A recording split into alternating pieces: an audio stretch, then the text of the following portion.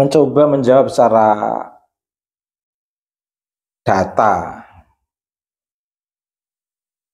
yang pernah dilakukan oleh Habib Hanif. Ternyata data Habib Hanif tidak menjawab pertanyaan Kiai Imaduddin Utsman. Hasil riset di lapangan melalui beberapa peneliti tidak menjawab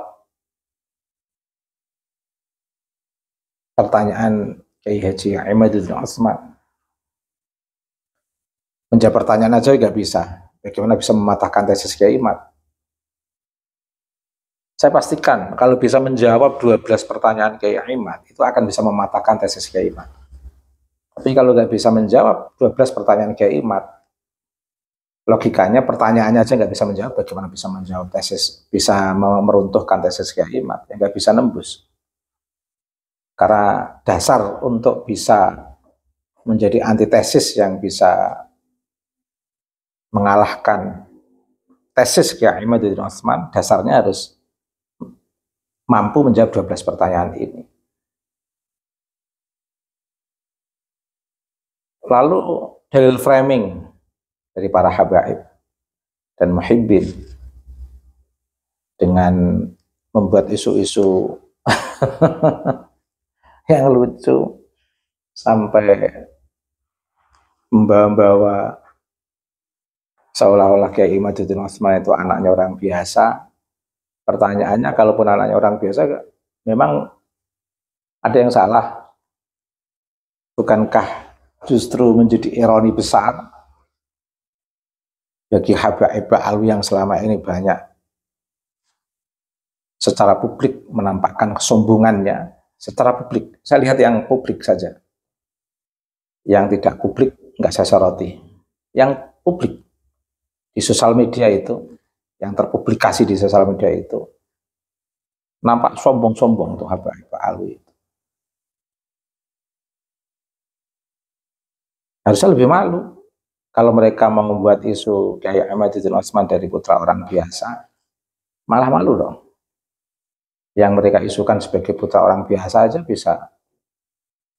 tidak bisa dipatahkan oleh habaib Ba'alwi.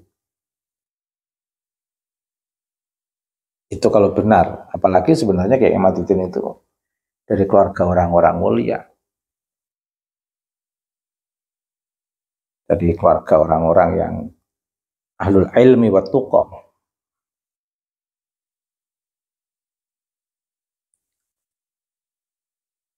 Mau lewat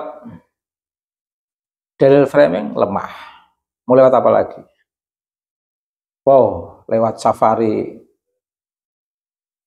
Habib Rizik nggak nembus. Safari Habib Rizik malah kontraproduktif, malah menampakkan kelemahan habaib. Kasus ceramah Habib Rizik di Banten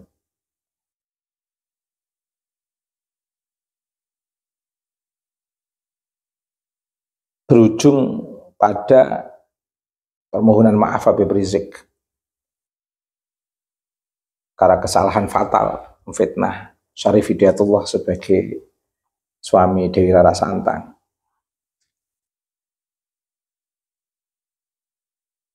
Apalagi dia juga punya hutang, belum minta maaf, memfitnah Sunan Ampel sebagai putra Sunan Gresik. Hutang loh itu loh, belum minta maaf pada kekasih Allah. Bahaya itu untuk Habib Riziknya. Gak nembus ceramah-ceramah safari Habib Rizik, gak nembus. Semakin banyak jawaban yang ingin disampaikan oleh habaib Ba'alwi, semakin menampakkan kesalahannya dan kekurangannya.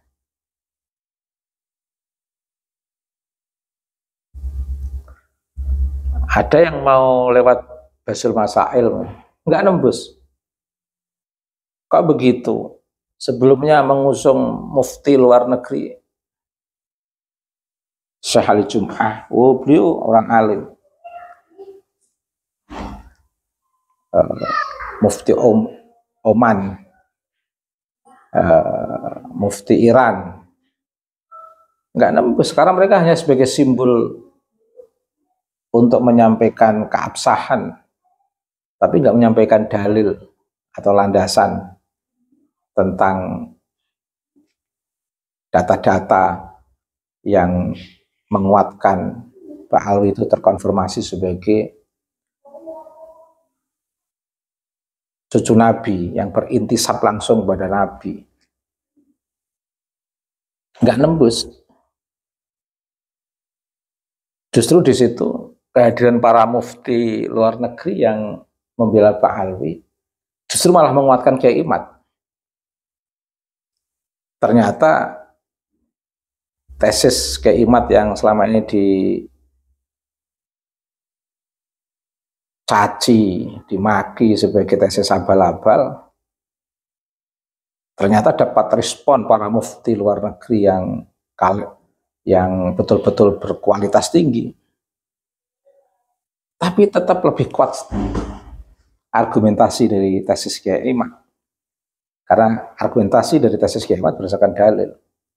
Dengan munculnya para mufti itu justru memastikan pertama, tesis Kiai Imad bukan tesis abal-abal.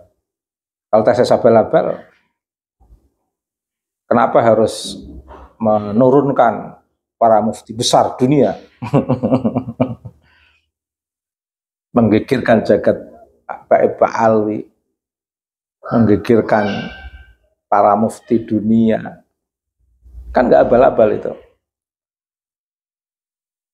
Kalau tesis Kiai Imad abal-abal, dijawab dengan tulisan Hanif Al-Atas sudah selesai.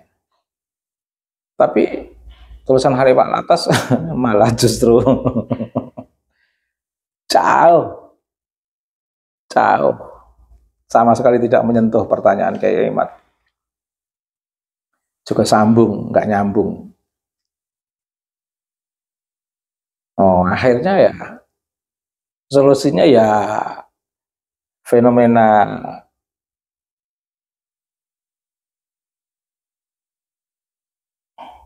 Habib Bahar. Cara-cara Habib Bahar, cara-cara lewat selfie yang memantaskan diri sebagai cucu Nabi, seolah-olah wow, begitu itu. Masa menjawab tesis dengan arogansi dan seolah-olah kuat dengan sistem premanisme gitu. Nah, sepreman apapun ya kalah dengan polisi lah, kalah dengan tentara. Kiai Imad dan kawan-kawan itu pakai ilmu, bukan pakai pamer tampang.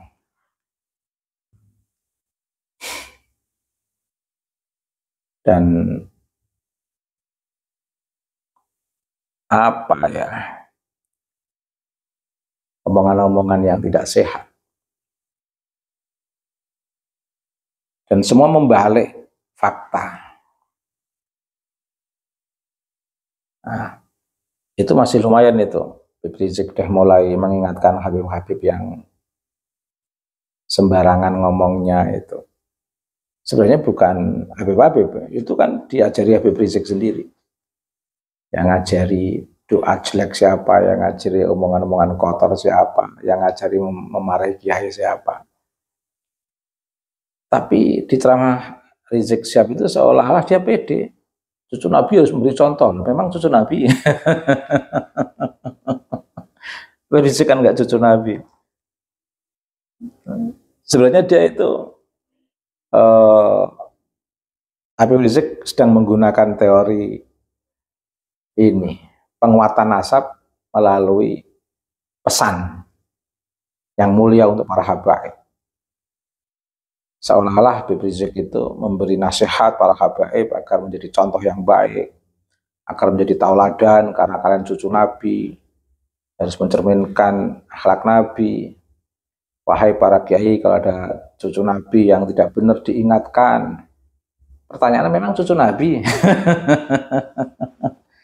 Jadi Habib Rizik itu sedang pidato memarahi para habaib yang tidak berakhlakul karimah, yang kontra risalah dan lain sebagainya itu. Tapi sebenarnya bukan untuk memarahi habaib. Targetnya itu untuk memantaskan diri dan para habaib yang lain sebagai cucu Nabi. Tapi pakai instrumen nasihat kepada para habaib. Karena dalam nasihat itu selalu menyebut-nyebut sebagai cucu Nabi harus memberi contoh. Kalian bagaimana ini? Jangan memberi contoh yang jelek. Nah, seolah-olah nasihat dan memarahi para habib-habib. Nah, tapi dalam memarahi itu penyebutan berulang-ulang kali sebagai cucu Nabi. Kalian juga cucu Nabi. Sebenarnya kan ingin menyampaikan pada publik kalau masih sebagai cucu Nabi. Batal. Batal dari hasil riset Kiai Imad, tes DNA dan kajian filologi. Sekarang ini para habib rame-rame ingin marah semua kepada habib-habib yang menyebabkan publik marah karena kontra risalah. Tapi memarahinya itu sambil menyebutkan sebagai cucu Nabi. Ya intinya ingin rame-rame menegaskan diri para habib itu sebagai cucu Nabi. Lewat cara memarahi para habib yang berbuat tidak baik. Karena kalian cucu Nabi. Ini kan sebenarnya ingin memantaskan diri sebagai cucu Nabi aja. Nah, meyakinkan masyarakat. Nah, minta maaf kepada masyarakat tapi dengan cara sombong dan arogan. Sehingga seolah-olah masyarakat itu punya hak untuk memarahi di saat sudah para habib sudah terpuruk ini. Silahkan diingatkan. Nah, mereka cucu Nabi pun salah harus diingatkan. Lagi-lagi ingin menguatkan status cucu Nabi dengan memastikan kesalahan-kesalahan habaib yang perlu dimarahi. Termasuk mengingatkan kiai untuk memarahi habaib. Karena meskipun cucu Nabi tetap harus salah, tetap salah. Nah, sebenarnya ingin mengatakan cucu Nabi. Betapa mahalnya status cucu Nabi bagi para habaib. Karena saya lihat itu agama mereka itu bukan berbasis ilmu dan takwa, tapi memang basis nasab. Makanya ketika nasab disinggung mereka marah luar biasa. Memang agama habaib itu agama yang berbasis nasab. Mereka ketakutan dari dulu. Itu betul itu. Ada yang mengatakan para Dzurriyyah Wali Songo itu pada menyembunyikan silsilahnya karena ketakutan dibakar oleh Belanda. Karena di sana ada mufti yang melalui tangan para penjajah untuk menindak tegas bagi mereka yang mengaku-ngaku sebagai cucu Nabi di luar Ba'alwi. Nah, karena Habib Utsman bin Yahya itu meyakinkan pada pemerintah Hindia Belanda yang absah sebagai cucu Nabi itu ya yang Habib Ba'alwi itu. Yang lain kalau ada yang ngaku Said Syarif sebagai cucu Nabi harus tidak tegas. Itu sebenarnya kan sudah by design Utsman bin Yahya untuk membangun hegemoni status kenasaban betul-betul dari habaib Ba'alwi sehingga menafikan yang lain. Itu sudah nampak. Meskipun Sunagrogonya sendiri meragukan itu. Bahkan sudah sekian ribu tahun itu sudah tidak terkonfirmasi. Tapi memang yang lucu itu di saat masyarakat pribumi melawan penjajah Belanda, Jepang misalnya, katakan Belanda, di saat masyarakat pribumi sedang mempertahankan hak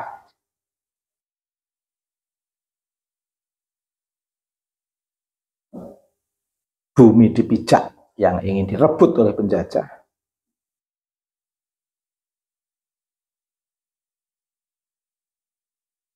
bisa-bisanya Utsman bin Yahya itu bicara tentang nasab. Itu surat Snagarganya dari surat menyurat dengan Utsman bin Yahya. Sempat-sempatnya bicara nasab tentang status Said Syarif itu. Orang dihadapkan kepada penjajahan yang betul-betul tidak manusiawi. Sempat-sempatnya bicara nasab Utsman bin Yahya. Nah, di saat penjajahan seperti itu, kerugian yang luar biasa yang dialami oleh masyarakat pribumi, sempat-sempatnya Utsman bin Yahya menulis buku tentang status pernikahan syarifah, ketika status hukumnya ketika harus nikah dengan masyarakat pribumi itu diandekan seperti itu. Masya Allah, na'udzubillah min dzalik. Seoranglah memang harus dipastikan Habibah harus dapat Habib. Nah, ini kan sistem rasial yang luar biasa. Tapi ada hikmahnya. Jadi sistem percampuran mereka terhambat. Sehingga ketika tes DNA gampang teridentifikasi. Ya, akhirnya sistem kebudayaan yang mereka bangun melalui sistem keagamaan yang sebenarnya menjerat kaum Ba'alwi sendiri di Indonesia, relasinya dengan perkembangan ilmu pengetahuan, sehingga sangat mudah teridentifikasi. Ini banyak yang lucu dari pola hidup, perilaku, pandangan yang suka membolak-balik di kalangan Ba'alwi di Indonesia. Ya, kalau membaca hadis tentang ayatul munafiki itu kok hampir persis ya, membolak-balik pembicaraan. Ya contoh kecil, nyuruh tes DNA. Yang nyuruh tes DNA pertama siapa? Gantian tahu kalau banyak yang tidak terkonfirmasi melalui tes DNA sebagai cucu Nabi. Tiba-tiba Hanif Alatas mengharamkan, dia nggak bicara apa-apa. Akhirnya juga ikut mengharamkan tes DNA. Nah, siapa yang nyuruh pertama? Nah, ini contoh anomali-anomali yang sangat lucu, sangat lucu. Lah, kesemua itu tidak bisa menjawab pertanyaan Kiai Imad, apalagi mematahkan tesis Kiai Imad. Ya, bisa jadi nanti kalau betul-betul terdeteksi pelaku-pelaku kekerasan ini dari pihak kepolisian, ternyata itu adalah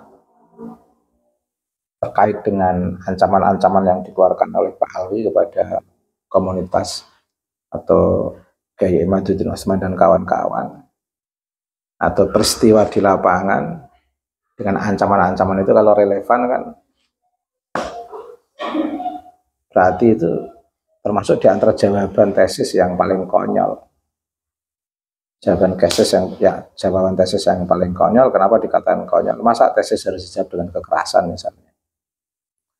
misalnya meskipun aroma-aroma kekerasan itu sudah sangat nampak dari Habib Ba'alwi terkait dengan tesis Kiai Imam. Ya, kita aja. Terima kasih. Sekedar refleksi obrolan aja.